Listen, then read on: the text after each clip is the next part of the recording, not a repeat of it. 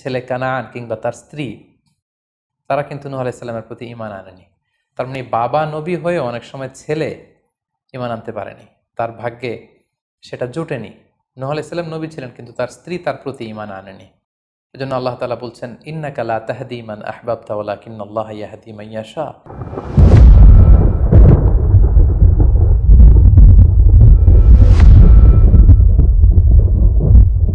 আসসালামু আলাইকুম ওয়া রাহমাতুল্লাহি ওয়া বারাকাতুহু। নাহমাদুহু ওয়া নুসাল্লি আলা রাসূলিহিল কারীম।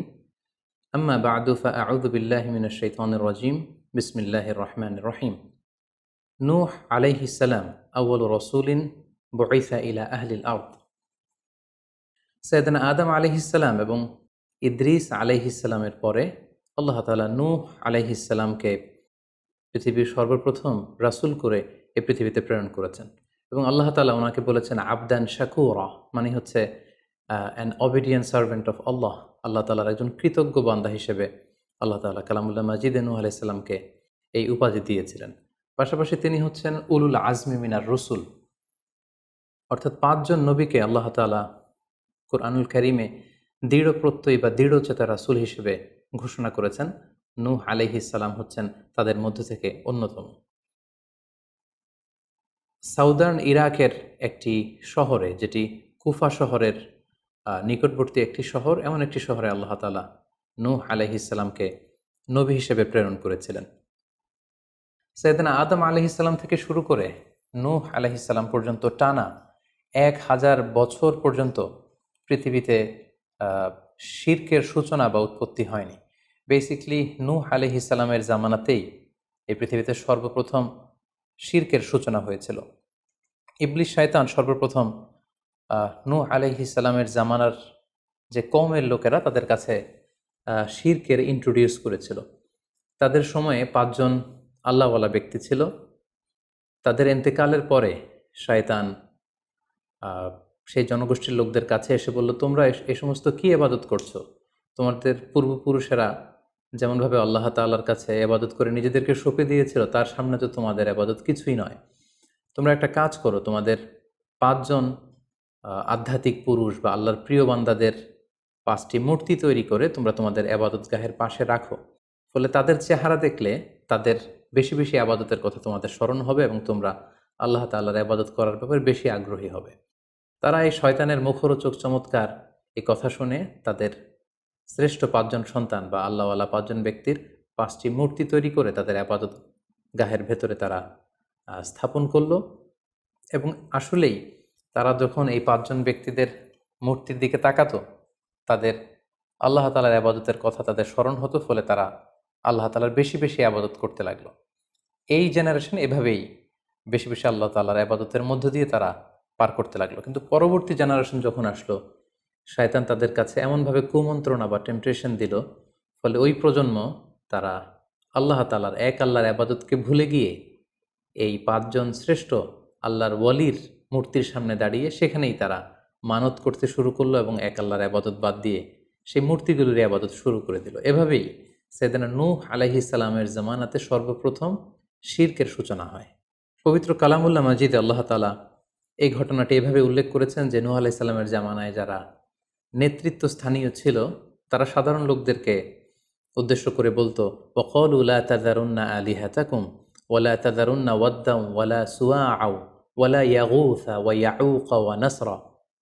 অর্থাৎ আমাদের যে 5 জন বিখ্যাত ব্যক্তি, তাদের নাম ছিল ওয়াদ্দান, সুওয়াআন, ইয়াগুস, ইয়াউক এবং নাসর।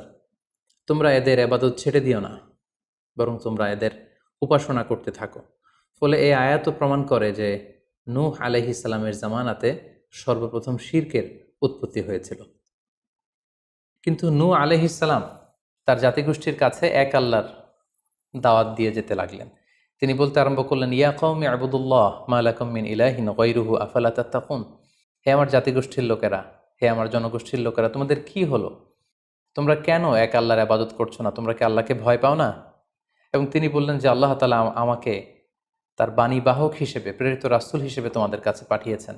এই যে আমি তোমাদেরকে তাওহীদের বা এক আল্লাহর ইবাদতের দিকে দাওয়াত দিচ্ছি, এজন্য তো আমি কোনো পারিশ্রমিক তোমাদের কাছে চাচ্ছি না, বরং তোমরা যেভাবে শিরক করে যাচ্ছ, এক আল্লাহ ছাড়া মূর্তির পূজা করে যাচ্ছ, ইন্নী আখাফু আলাইকুম আযাব ইয়াউমিন আযীম, আমি তোমাদের উপর কঠিনতম আযাব আসার আশঙ্কা করছি।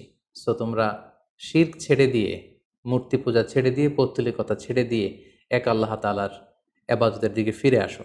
নূহ আলাইহিস সালাম যখন তার জাতিগোষ্ঠীর লোকদের কাছে তাওহীদের দাওয়াত বা এক আল্লাহর ইবাদতের দাওয়াত দেয়া শুরু করলেন, তার জাতির লোকেরা, তার কওমের লোকেরা নানা ধরনের টাল বাহানা, অজুহাত এবং বিভিন্ন ধরনের যুক্তি তারা স্থাপন করতে শুরু করলো। তাদের প্রথম যুক্তি ছিল যে, হে নূহ, কেন আমরা তোমার দাওয়াতে সাড়া দেব? কারণ সমাজের নিম্ন শ্রেণীর লোকেরা হচ্ছে তোমার অনুসারী। আরাযিলুনা বাদিয়ার রাই ওমা নারাকা ইত্তাবাআকা ইল্লাল্লাযীনা হুম আরাযিলুনা বাদিয়ার রাই।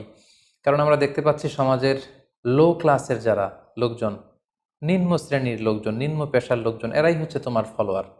তোমরা আগে এই সমস্ত লোকদেরকে তোমার আশপাশ থেকে সরাও, তখন আমরা তোমার এ দাওয়াতকে গ্রহণ করব।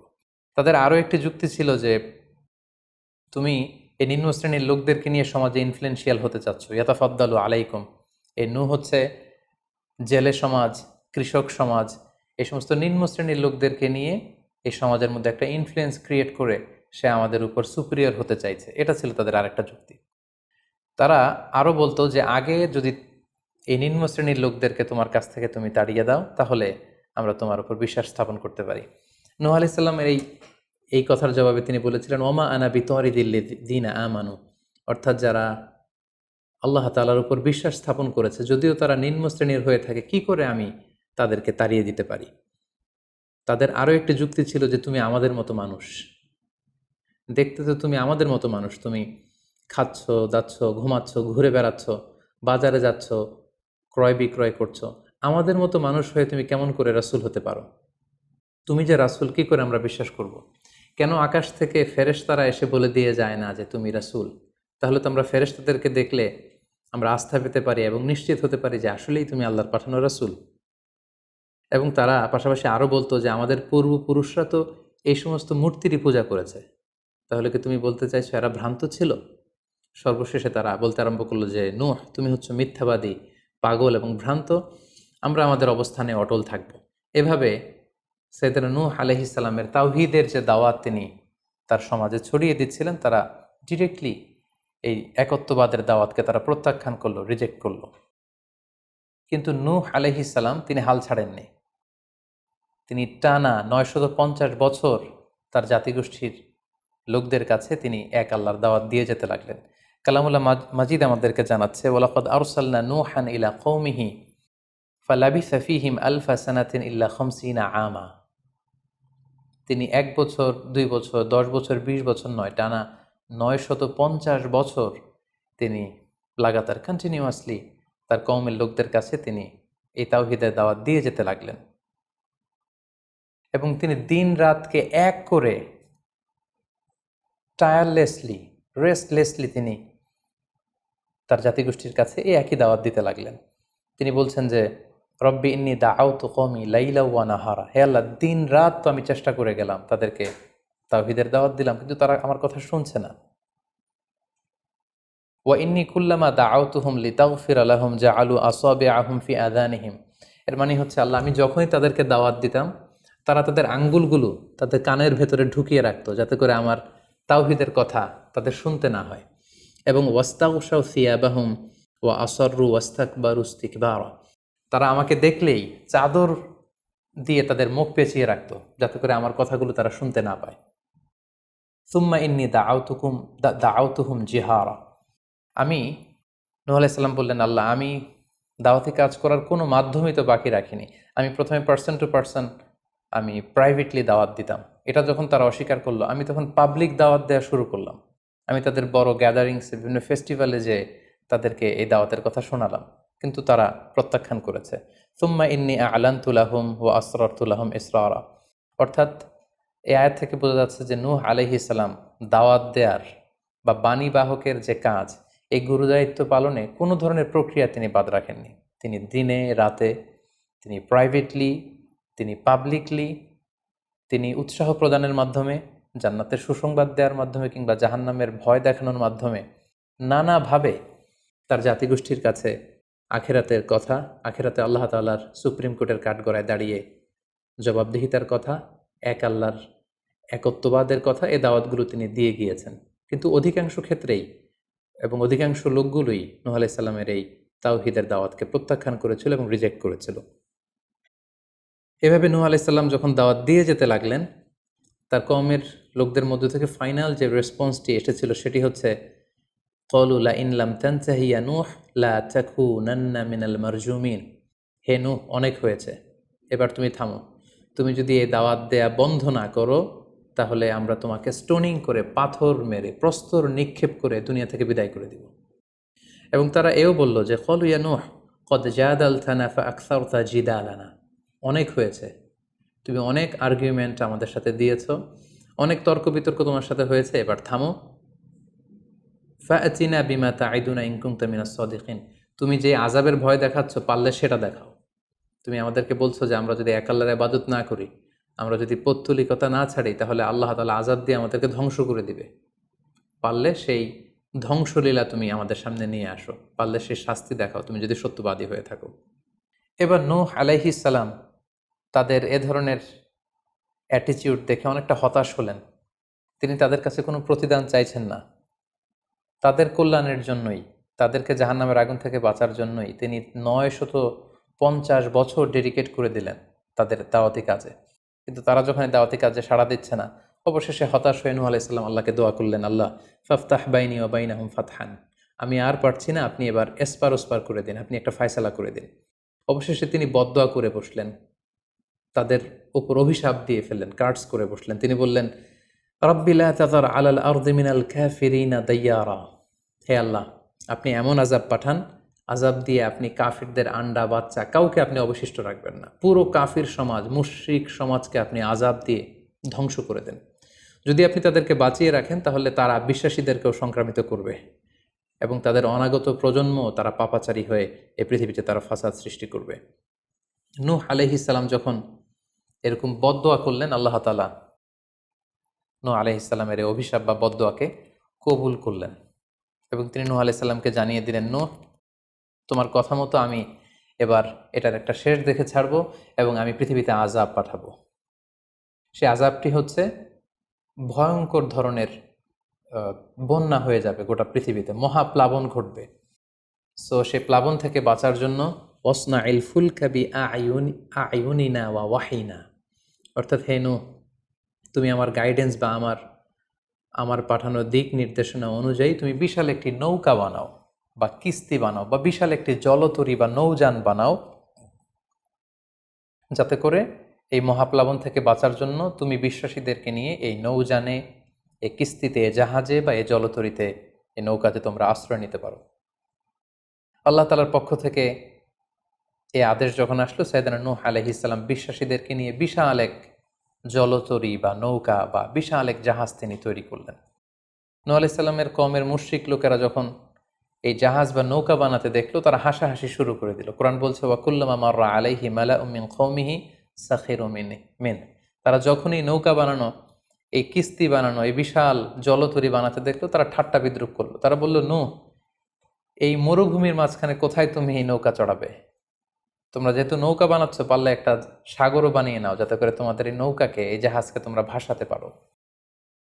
সাইয়েদনা নূহ আলাইহিস সালাম এবং বিশ্বাসীরা আল্লাহ তাআলার উপর অটল থেকে আল্লাহ তাআলার দেয়া দিক নির্দেশনা অনুযায়ী তারা বিশাল নৌকা তৈরি করে ফেললেন। এ পর্যায়ে আল্লাহ তাআলা নূহ আলাইহিস সালামকে জানালেন যে, মহাপ্লাবনের জন্য নূহ তুমি অপেক্ষা করতে থাকো এবং এই প্লাবনটা হবে 40 দিন লম্বা, 40 days long, and the entire wall will be drastically flooded. গোটা বিশ্বের এমন কোনো জায়গা থাকবে না, আনাচে কানাচে গোটা বিশ্বটা এই মহাপ্লাবনের আওতায় এসে পৃথিবীর সব প্রাণীগুলো মারা যাবে। সো তুমি কি করে বুঝবে যে আমি কখন এই মহাপ্লাবন পৃথিবীতে দিচ্ছি? সেটার একটা সাইন হচ্ছে, তুমি যখন চুলার ভেতর থেকে ফুরফুর করে, কলকল করে পানি বেরোতে দেখবে, তখনই বুঝবে যে সে টাইমটা চলে এসেছে। তখন তুমি হাত্তা ইদা জা আমরুনা বা ফারাত তান্নুর, চুলার ভেতর থেকে আগুনের পরবর্তীতে, আগুনের বিপরীতে পানি ছুটতে আরম্ভ করবে, তখনই বুঝবে যে সে সময়টা চলে এসেছে, মহাপ্লাবনের সময়টা একেবারে ঘনিয়ে এসেছে। কুল নাহমিল ফিহা মিন কুল্লি যাওজাইনি ইসনাইন, তখন তুমি সমস্ত বিশ্বাসী বান্দাবান্দিদেরকে, যারা তোমার ফলোয়ার, যারা একত্ববাদে বিশ্বাসী তাদেরকে নিয়ে সেই নৌকায় তুমি আরোহণ করবে এবং প্রতিটি প্রাণী থেকে জোড়ায় জোড়ায়, অর্থাৎ ম্যাসকুলিন অ্যান্ড ফ্যামিনিন, নারী পুরুষ জোড়ায় জোড়ায় তুমি নিয়ে সেই নৌকাতে আরোহণ করবে, কারণ এই মহাপ্লাবনটা এত ভয়ঙ্কর মহাপ্লাবন হবে, ফলে পৃথিবীতে কেউ বেঁচে থাকবে না এবং তোমরাই হবে নেক্সট জেনারেশন, এবং তোমাদের থেকেই পৃথিবী আবার নতুন করে সভ্যতা বিনির্মিত হবে এবং তোমাদের থেকে নতুন করে পৃথিবীর সব প্রাণীকুল আবার নতুন করে বংশবিস্তার শুরু হবে। আল্লাহ তাআলার এই গাইডেন্স অনুযায়ী নূহ আলাইহিস সালাম অপেক্ষা করতে লাগলেন যে কখন চুলার ভেতর থেকে কলকল করে পানি বেরোয়। হঠাৎ করে তিনি একদিন দেখতে পেলেন যে চুলার ভেতর থেকে পানি বেরোচ্ছে। তিনি সমস্ত বিশ্বাসীদেরকে নিয়ে এবং বিভিন্ন প্রাণীকুল থেকে জোড়ায় জোড়ায় নারী পুরুষ দুই ধরনের জেন্ডারকে একত্রিত করে নিয়ে তিনি আল্লাহ তাআলার নামে সেই নৌকার মধ্যে আরোহণ করলেন এবং আল্লাহ বললেন, ওয়াকাল আরকাবু ফিহা বিসমিল্লাহি মাজরেহা ওয়া মুরসাহা ইন্না রাব্বি লাগফুরুর রাহিম। আল্লাহ বললেন, তোমরা যখন আরোহণ করবে তোমরা আল্লাহর নামে আরোহণ করবে, অর্থাৎ বিসমিল্লাহ বলে আরোহণ করবে, কারণ তোমাদের এই নৌকার এই জাহাজের গতি এবং স্থিতি এটা হবে আল্লাহর নামে। এটার সেইলিং বা অ্যাঙ্করিং, এটার পানির উপরে ভেসে চলা এবং এটার নোঙর ভিড়ানো সবটাই হবে আল্লাহ তাআলার নামে। এবং আল্লাহ তাআলার আদেশ অনুযায়ী নূহ আলাইহিস সালাম সবাইকে নিয়ে সেই নৌকায় আশ্রয় নিলেন। কোরআন আমাদেরকে জানাচ্ছে, ওহিয়া তাজরি বিহিম ফি মাউজিন কাল জিবাল, গোটা বিশ্বব্যাপী এমন ভয়ঙ্করভাবে আকাশ থেকে ঝুম বৃষ্টি নাজিল হলো, জমিন তার ভেতরে থাকা পানিগুলোকে উপরে উদ্গীরণ করে দিতে লাগলো, উপর থেকে পানি নিচ থেকে পানি, ফলে গোটা বিশ্বে এক মহাপ্লাবনের পরিস্থিতি তৈরি হলো। এবং সেই ভয়ঙ্কর প্লাবনের মধ্যে, সেই ঝড় ঝাপটার মধ্যে, সেই পানির মধ্যে নূহ আলাইহিস সালামের সেই কিস্তি বা সেই জলতরী বা সেই নৌকা ভাসতে লাগলো।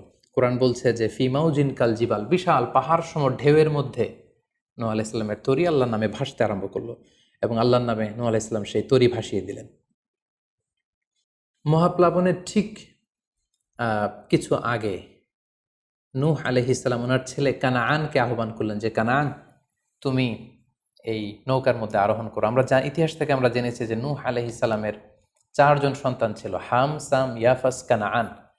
এই 4 জন সন্তানের মধ্যে 3 জন ঈমান এনেছিল, শুধু কানাআন ছাড়া। নূহ আলাইহিস সালাম কানাআনকে বললেন, কানাআন ইয়া বুনাইয়া ইরকাব মাআনা, হে আমার প্রিয় সন্তান, তুমি নৌকায় ওঠো, আল্লাহর কাছে তওবা করো।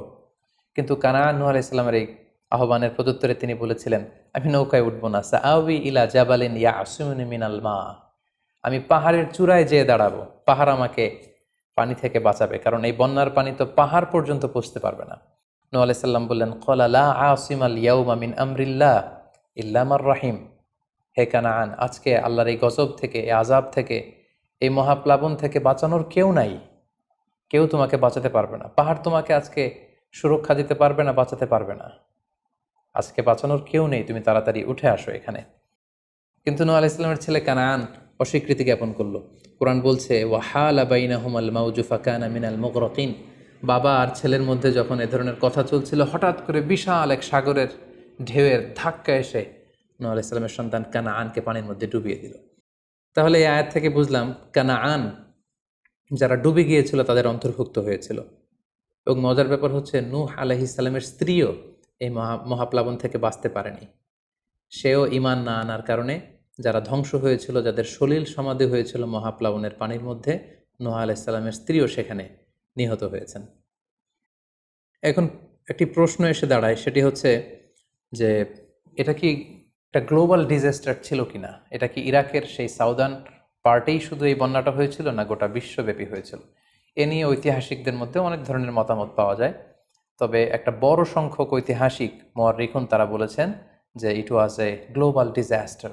এই ফ্লাড, এই বন্যাটা ছিল গোটা বিশ্বব্যাপী, কারণ আল্লাহ তাআলা কোরআনে বলেছেন, নূহ আলাইহিস সালামের বদদুয়ার কথা বলেছেন। নূহ আলাইহিস সালাম বলেছেন যে, রব্বি লা তাযার আলাল আরদি মিনাল কাফিরিনা দাইয়ারা, হে আল্লাহ, এই জমিনে একজন কাফিরকেও আপনি বাঁচিয়ে রাখবেন না। সো এই আর্থ শব্দটা প্রমাণ করে তিনি গোটা বিশ্বের দিকে ইঙ্গিত করেছেন। এবং আল্লাহ যখন জমিনকে ইঙ্গিত করেছেন, ইয়া আরদুবলাই, হে পানি তুমি নিচের দিকে চলে যাও, ফলে এই আর্থ দ্বারা বোঝা যাচ্ছে যে শুধু ইরাকের সেই সাউদার্ন ইরাকের কুফা শহরের পাশেই এই বন্যাটা লিমিটেড বা সীমিত ছিল না, বরং এই ডিজাস্টারটা ছিল একটা গ্লোবাল ডিজাস্টার। গোটা বিশ্বব্যাপী মহাপ্লাবনের পানিতে গোটা বিশ্বের সব সয়লাভ হয়ে গিয়েছিল। 40 দিন এই বন্যাটা কন্টিনিউ করেছে এবং 40 দিনের এই সময়ে মহাপ্লাবনে যত কাফির মুশরিক এবং নূহ আলাইহিস সালামের সময়কালের যত মুশরিক এবং অবাধ্য লোকেরা ছিল সবাইকে আল্লাহ তাআলা এই বন্যার মাধ্যমে ধ্বংস করেছেন। 40 দিন পর আল্লাহ তাআলা আদেশ করলেন, ইয়া আরদু বুলাঈ মাআকি ওয়া ইয়া সামাউ আকলিঈ, অর্থাৎ হে আকাশ তুমি বৃষ্টি বর্ষণ করা এবার স্টপ করো, এবার বন্ধ করো। এবং জমিনকে বললেন, জমিন তুমি যে মাটির ভেতর থেকে পানি বের করছিলে, এই পানি বের করা বন্ধ করে তুমি ভূপৃষ্ঠের উপরে থাকা পানিগুলোকে গিলে ফেলো। ওয়াগীদাল মা, ফলে আল্লাহ তাআলার আদেশের সাথে সাথে পানি বর্ষণ এবং পানি জমিনের ভেতর থেকে বের হয় এটা বন্ধ হলো। ওয়াস্তাওয়াত আলাল জুদি, নূহ আলাইহিস সালামের এই বিশাল জলতরী বা কিস্তি বা নৌকা জুদি পাহাড়ে যেয়ে থামল। জুদি পাহাড়ে এই তরীর নোঙর ভিড়ল। এখন জুদি পাহাড়টা কোথায়? কিছু কিছু ঐতিহাসিকরা বলেছেন যে ইরাকের মোসেল শহরে একটি বিশাল মাউন্টেন রেঞ্জ রয়েছে, সেই পাহাড়ের একটা অংশের নাম হচ্ছে জুদি পাহাড়। কোনো কোনো ঐতিহাসিকগণ বলেছেন এই জুদি পাহাড়টি আর্মেনিয়াতে অবস্থিত। অনেক ঐতিহাসিকগণ মত প্রকাশ করেছেন যে এটি ইরাকেও নয়, এটি আর্মেনিয়াতেও নয়, বরং এটি তুরস্কের একটি পাহাড়। এবং তারা বিশাল বড় একটি নৌকার খণ্ড দিয়ে ঐতিহাসিকভাবে অনেকেই প্রমাণ করতে চেয়েছেন যে নূহ আলাইহিস সালামের সেই কিস্তির কিছু অংশ আজও সেই পাহাড়ের মধ্যে রয়ে গিয়েছে। সেই জুদি পাহাড়ে যখন এই নৌকাটি ভিড়ল, আল্লাহ তাআলা তখন নূহ আলাইহিস সালামকে আদেশ করলেন, ইহবিত বিসালামিন মিন্না, তুমি এবার শান্তির সাথে সেফলি সাউন্ডলি তুমি এবার সেই জুদি পাহাড়ে তোমরা নামো। ও বারাকাতিন আলাইক, তোমাদের উপর আমার পক্ষ থেকে বারাকা ব্লেসিং থাকবে। ও আলা উমামিম মিম্মান মাআক, এবং তোমার সাথে যারাই আছে সবার জন্য আমার পক্ষ থেকে ব্লেসিং থাকবে। এবং এই বিশাল মহাপ্লাবন থেকে যে আমি তোমাদেরকে বাঁচিয়ে দিয়েছি, শুকরিয়া স্বরূপ তোমরা সবাই পড়ো আলহামদুলিল্লাহ। ফাকুলিল হামদুলিল্লাহ। কোরআন বলছে যে তারা সবাই আল্লাহর প্রশংসা করে সেখান থেকে নেমে আসলো এবং নূহ আলাইহিস সালামকে আল্লাহ তাআলা শিখিয়ে দিলেন, নূহ এবার তুমি পড়ো রব্বি আনজিলনি মুনজালান মুবারাকান ওয়া আনতা খায়রুম মুনজিলিন, অর্থাৎ হে আল্লাহ আপনি এমন জায়গায় আমাদেরকে অবতরণ করুন যে জায়গাটা আমাদের জন্য কল্যাণকর, কারণ আপনিই তো উত্তম অবতরণকারী। ফলে নূহ আলাইহিস সালামের সাথে যারা ছিল বিশ্বাসীরা, তারা এবং তার সাথে প্রাণীকুলের মধ্য থেকে যারা ছিল সবাইকে নিয়ে নূহ আলাইহিস সালাম এই জমিনে বন্যা পরবর্তী মহাপ্লাবন পরবর্তী সময়ে তিনি সবাইকে নিয়ে এই জমিনের মধ্যে আবার নেমে আসলেন। ফলে ঠিক ওই সময়টাতে পৃথিবীতে আর কোনো কাফের, কোনো মুশরিক, কোনো পৌত্তলিক ছিল না, বরং তখন এটা ছিল, it was very fresh and pure monotheist generation, একত্ববাদী একটা প্রজন্ম। ফলে এখানে ঠিক ঠিক ওই সময়টাতে পৃথিবীতে আর কোনো কাফির মুশরিক আর ছিল না। আমরা আমাদের আলোচনার শুরুর দিকে বলেছিলাম যে নূহ আলাইহিস সালামের 4 জন ছেলে ছিল, হাম, সাম, ইয়াফাস এবং কানাআন। এবং ঐতিহাসিকভাবে এটা ঐতিহাসিক বিভিন্ন ধর্মগ্রন্থ থেকেও এটা প্রমাণিত যে এই 4 ছেলের মধ্য থেকে একজন ছেলে ছিল কানাআন, যে মহাপ্লাবনে মৃত্যুবরণ করেছে, এবং হাম, সাম এবং ইয়াফেস, তাদের মধ্য থেকেই মূলত গোটা বিশ্বে নতুন করে মানব সভ্যতার আবার সূচনা হয়েছে। নূহ আলাইহিস সালামের ছেলে হাম, তিনি আফ্রিকাতে তার পরিবার নিয়ে বসবাস শুরু করেন, এবং ওনার ছেলে সাম, যেখান থেকে সেমাইটিক শব্দটি আমরা বলে থাকি, ওনার ছেলে সাম তার আত্মীয় স্বজন এবং তার বংশধরদেরকে নিয়ে ধীরে ধীরে মধ্যপ্রাচ্য বা দূরপ্রাচ্যের এই এরিয়াতে পরবর্তীতে তারা বসবাস শুরু করেন। এবং ওনার ছেলে ইয়াফেস বর্তমান যে চীন বা তার আশেপাশের যে এরিয়াগুলো আছে সেখানে বসবাস শুরু করেন, এবং সেখান থেকেই মানব ইতিহাস আবার নতুন করে তার পথ চলা শুরু করলো, এবং গোটা বিশ্বে বাচ্চা রিজালান কাসীরা ওয়া নিসা, অনেক নারী পুরো গোটা বিশ্বে সেখান থেকে আবার ছড়িয়ে পড়তে আরম্ভ করলো। এভাবেই নূহ আলাইহিস সালাম একত্ববাদের দাওয়াত দিয়ে নিরলস প্রচেষ্টা করে ওনার জীবনকে তিনি অতিবাহিত করেছেন। সাইয়েদনা নূহ আলাইহিস সালাম ওনার ইন্তেকালের পরে ওনাকে কোথায় কবর দেওয়া হয়েছে এ নিয়ে 2টি মত পাওয়া যায়। প্রথম মত অনুযায়ী ওনাকে মক্কাতে কবরস্থ করা হয়েছে, আরেকটি মত অনুযায়ী লেবাননের কার্ক নামে একটি এরিয়াতে জাবালে দীর, সেই দীর মাউন্টেনের পাশে সাইয়েদনা নূহ আলাইহিস সালামকে কবরস্থ করা হয়েছে। সম্মানিত সুধী, এই ছিল নূহ আলাইহিস সালামের সংক্ষিপ্ত, বর্ণাঢ্য এবং সংগ্রামী জীবন কাহিনী। এ পর্যায়ে আমরা নূহ আলাইহিস সালামের এই স্টোরি থেকে, এই জীবনী থেকে কী ধরনের লেসন, লাইফ লেসন বা শিক্ষা আমরা পেতে পারি, যেটা আমরা আমাদের সমাজের সাথে রেলেভেন্ট করতে পারি, আমরা সে বিষয়ে সামান্য কিছু আলোচনা করব।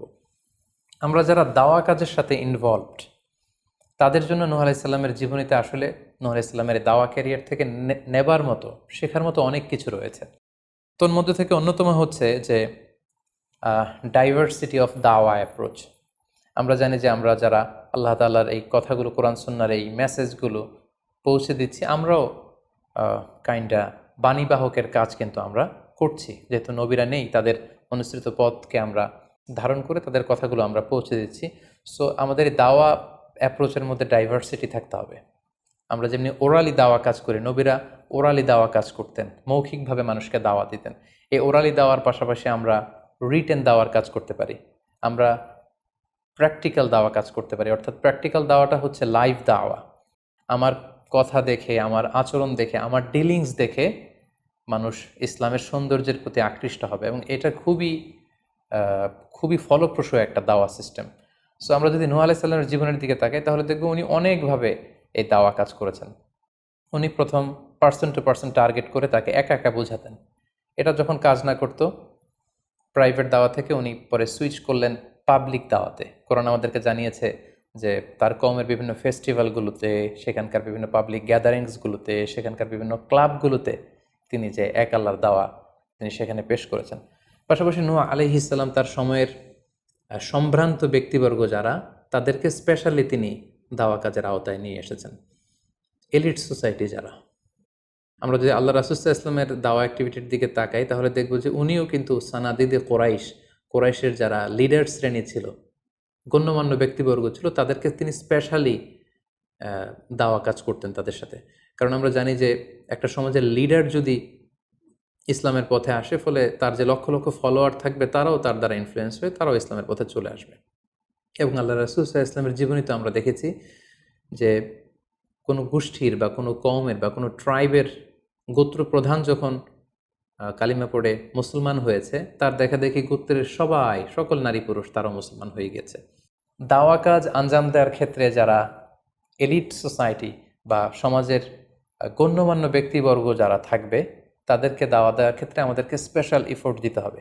কারণ তাদেরকে যদি আমরা ইসলামের পক্ষে, সত্যের পক্ষে কনভিন্সড করতে পারি, ফলে তারা সমাজের আরও অনেক লোককে ইনফ্লুয়েন্স করে ইসলামের সুশীতল বাণীর ভেতরে নিয়ে আসতে পারবে। তো এর মানে এই নয় যারা নিম্ন শ্রেণীর বা যারা সমাজের মধ্যবিত্ত বা নিম্ন মধ্যবিত্ত যে ফ্যামিলিগুলো রয়েছে বা যে সমস্ত লোকজন রয়েছে, তাদেরকে আমরা গুরুত্ব দিব না, ব্যাপারটি এমন নয়। বরং নূহ আলাইহিস সালামের ঘটনা থেকে আমরা বুঝতে পারছি যে একটা হচ্ছে মাস পিপুলদের জন্য দাওয়া, আর একটি হচ্ছে যারা সমাজের উচ্চ শ্রেণী, তাদের জন্য স্পেশালি কিছু টাইম স্পেন্ড করা, তাদেরকে আলাদাভাবে দাওয়া দেওয়া, এবং অথবা তাদের উপযোগী করে দাওয়া অ্যাক্টিভিটি তাদের কাছে যদি আমরা প্রেজেন্টেশন করতে পারি, তাহলে নিঃসন্দেহে তারাও ইসলামের সৌন্দর্যের দ্বারা আকৃষ্ট হবে। নূহ আলাইহিস সালামের এই জীবন কাহিনী থেকে আমরা আরও একটি বিষয় শিখতে পারি, সেটি হচ্ছে দাওয়া কাজে কখনো হতাশ হওয়া যাবে না, নিরাশ হওয়া যাবে না, এবং হাল ছাড়া যাবে না, বরং ভরসা রাখতে হবে আল্লাহর উপর।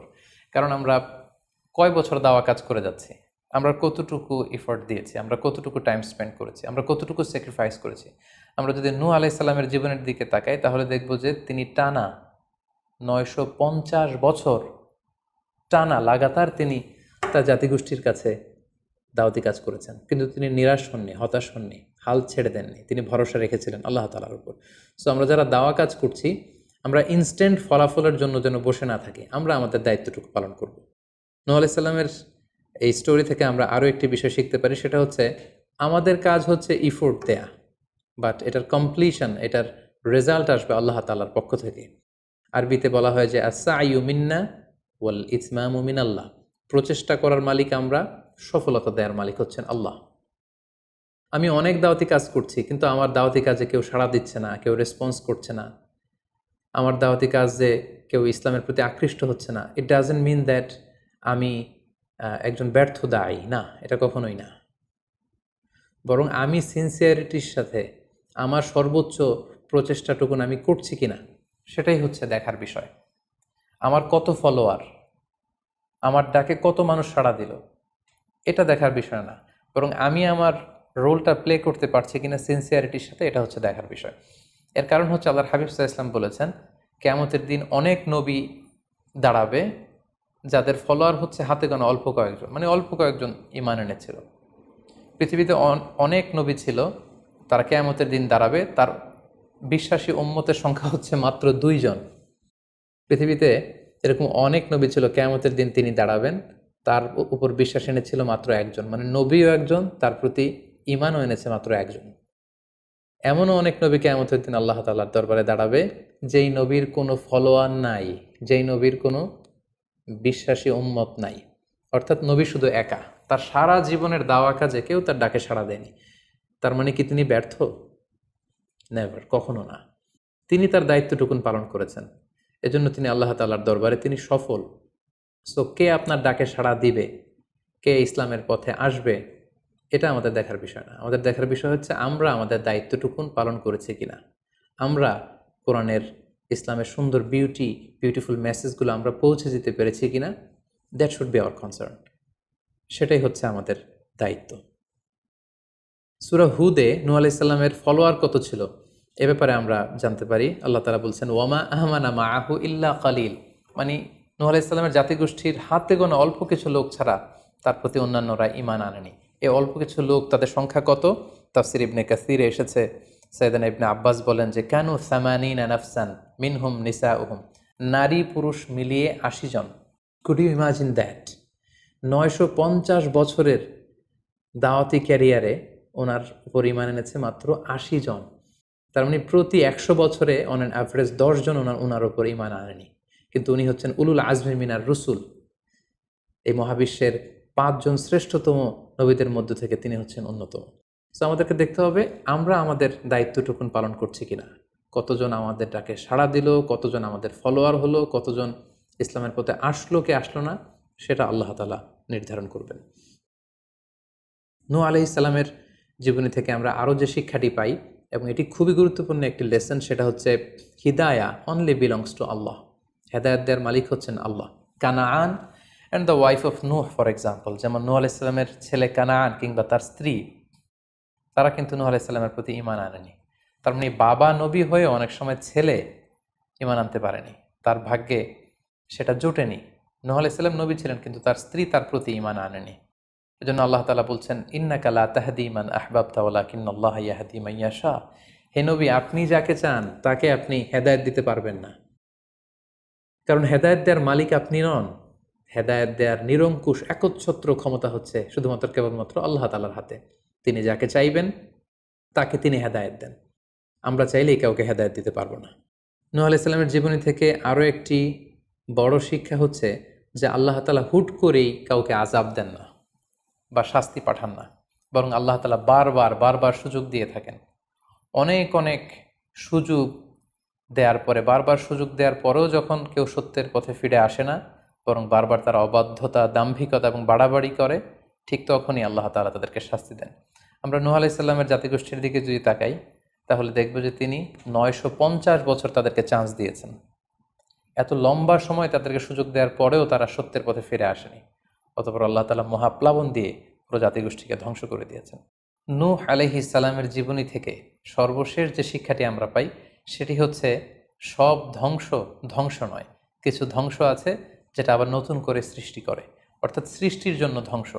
আমরা যদি দেখি যে আল্লাহ তাআলা এমন এক গজব পাঠালেন, এমন এক পানিশমেন্ট দিলেন, এমন এক মহাপ্লাবন দিলেন, যেটা দিয়ে গোটা পৃথিবীবাসীকে তিনি ধ্বংস করেছেন, অল্প কিছু মানুষ ছাড়া। কিন্তু আমরা যদি অন্য দিক থেকে খেয়াল করি, তাহলে দেখব যে এই ধ্বংসটি ধ্বংসের জন্য নয়, এই ধ্বংসটি ছিল নতুন করে সৃষ্টির জন্য।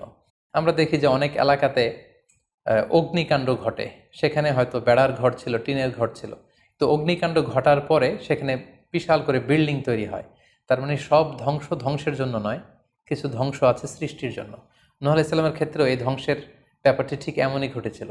এই ধ্বংসটা শুধু ধ্বংসের জন্য নয়, বরং কাফিরদেরকে, মুশরিকদেরকে ধ্বংস করে দিয়ে নতুন এক একত্ববাদী প্রজন্মের সূচনা যাতে পৃথিবীতে ঘটে, সেজন্য আল্লাহ তাআলা এই ধ্বংসের সূচনা করেছিলেন। আল্লাহ তাআলা আমাদের সবাইকে আম্বিয়া আলাইহিমুসসালামদের অনুসৃত পথে থেকে তাদের মত এবং পথকে বেছে নিয়ে সিরাতুল মুস্তাকিমে পরিচালিত হওয়ার তৌফিক দান করুক। আসসালামু আলাইকুম ওয়া রাহমাতুল্লাহি ওয়া বারাকাতুহু।